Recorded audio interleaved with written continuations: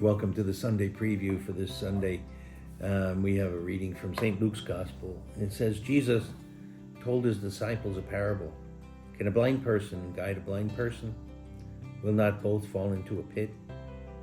No disciple is superior to the teacher, but when fully trained, every disciple will be like his teacher.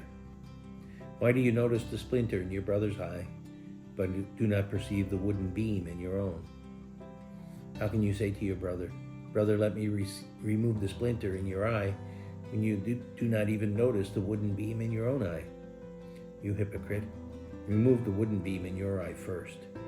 Then you will see clearly to remove the splinter in your brother's eye. A good tree does not bear rotten fruit, nor does a rotten tree bear good fruit.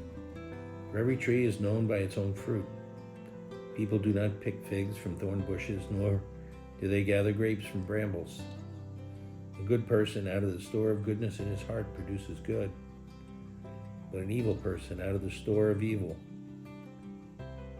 produces evil. For from the fullness of the heart, the mouth speaks. The gospel of the Lord. A beautiful gospel reading from Jesus. What a beautiful lesson. I think it's an invitation for us to walk humbly before the Lord and before others, to be aware of our own blindness, our own biases and prejudices, and our own tendency to a little hypocrisy, holding others to a higher standard than we hold ourselves. And Jesus is inviting us really, to really walk as disciples. He says no servant is greater than the master, but when he's fully trained, he'll be like the master.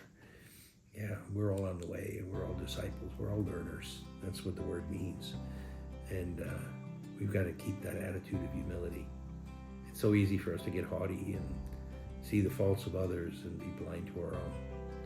And, we'd have a lot more peace and a lot less conflict if we were willing to give people the benefit of the doubt and not rush to judgment with them. And then the gospel goes on to talk about a good tree not bearing rotten fruit. And it's that old saying, nobody gives what he hasn't got, right? You got to have it on the inside first, the goodness.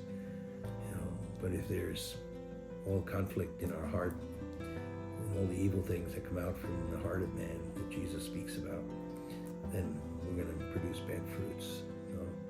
But if we're turned to the Lord, if we're converted to him in a constant basis in humility, then what'll come out of our heart and through our mouths will always be good. So just as we prepare to enter into Lent, this is a good way for us to start. It takes humility to admit our faults, our biases, our defects, our lack of perspective. But it's a good way for us to start and prepare for Ash Wednesday this week.